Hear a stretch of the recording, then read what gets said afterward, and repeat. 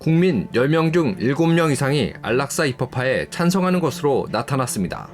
윤영호 서울대병원 가정의학과 교수팀은 지난 2021년 3월에서 4월 국민 1000명을 대상으로 안락사와 의사조력 자살에 대한 찬반 조사를 실시한 결과 76.3%가 안락사 입법화에 찬성했다고 24일 밝혔습니다.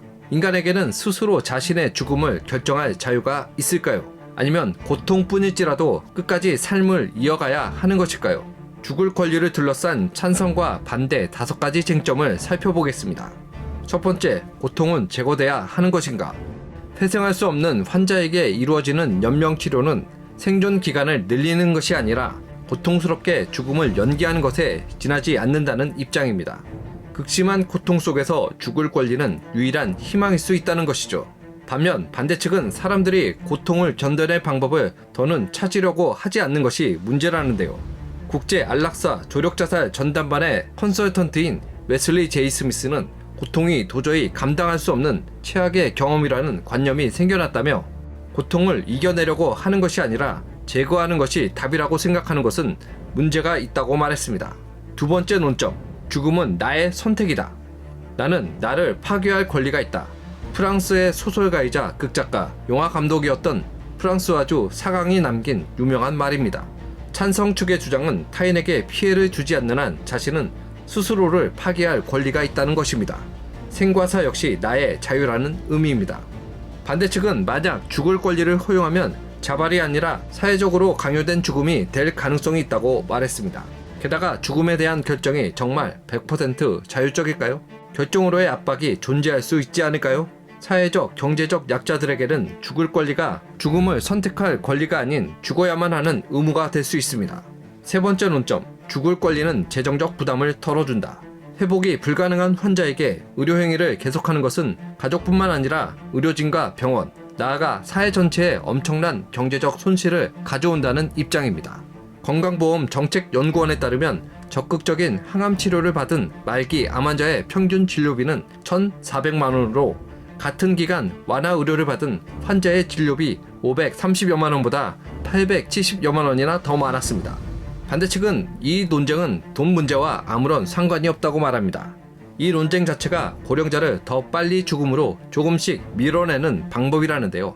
안락사 합법화에 반대하는 단체 아직 죽지 않았다의 다이앤 콜먼 대표는 조력자살은 의료 시스템이 제공할 수 있는 가장 저렴한 대책이다. 그런 점이 심히 우려된다고 말했습니다. 사회가 안락사를 더 널리 수용할수록 정부는 가장 약한 사람의 치료비를 지불하지 않으려고 더 안간힘을 쓴다고 주장했습니다. 네 번째 논점, 의사는 환자의 뜻을 무조건 존중해줘야 하는가? 의사는 환자의 선택권 혹은 자기 결정권을 존중하고 지켜줘야 한다는 입장입니다. 히포크라테스 선서에 담긴 사상보다 자율에 대한 존중이 현재의 의학 윤리에서 더 중요한 원칙이라고 전했습니다. 어떻게든 사람을 죽일 수 있는 모든 것들은 약이 아닌 독이며 안락사는 의료의 윤리적 지침인 히포크라테스 선서에 반하는 끔찍한 행위라고 말했습니다. 환자를 돌아올 수 없는 길로 떠밀어 보내는 행위이기 때문입니다. 히포크라테스 선서에서는 자신의 능력과 판단에 따라 환자에게 도움이 되는 치료만을 할 것이고 해가 되거나 상처를 주는 일은 하지 않는다라는 내용이 담겨 있습니다. 다섯 번째 논점, 죽을 권리 인정은 죽음을 조장하는가? 인권 변호사 출신인 미넬리 디그니타스 원장은 우선 누군가에게 자살과 관련해 자유롭게 말할 권리를 주게 되면 그가 실제로 자살에 나설 확률이 오히려 크게 낮아진다고 말했습니다. 미넬리 원장의 연구에 따르면 의사들이 최종 승인을 결정한 이들 중 80%는 결국 안락사를 포기하는 것으로 나타났습니다. 안락사가 허용되고 나면 안락사를 하는 이들이 늘어납니다. 네덜란드가 2002년 안락사법을 제정한 후 첫 몇 년 동안은 안락사 건수가 줄었지만 그러나 2007년부터 연간 15%씩 증가하기 시작했습니다. 안락사 허용 이후 시간이 지나자 많은 이들이 안락사를 긍정적으로 행하고 있다는 것을 보여줍니다.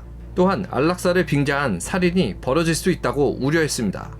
5가지 논점 외에도 사회에 대한 파급력, 안락사의 책임 소재, 남겨진 가족에 대한 문제 등 다양한 논점이 존재합니다. 스위스에서는 매년 1600여 건의 안락사가 시행되고 있으며 세기의 미남으로 불리우던 프랑스 배우 알랭드롱 역시 스위스에서 안락사를 결정했습니다. 죽음을 자유로운 선택지로 남길 수 있을까요? 생과 사의 갈림길에서 죽을 권리는 정말 존재하는 걸까요?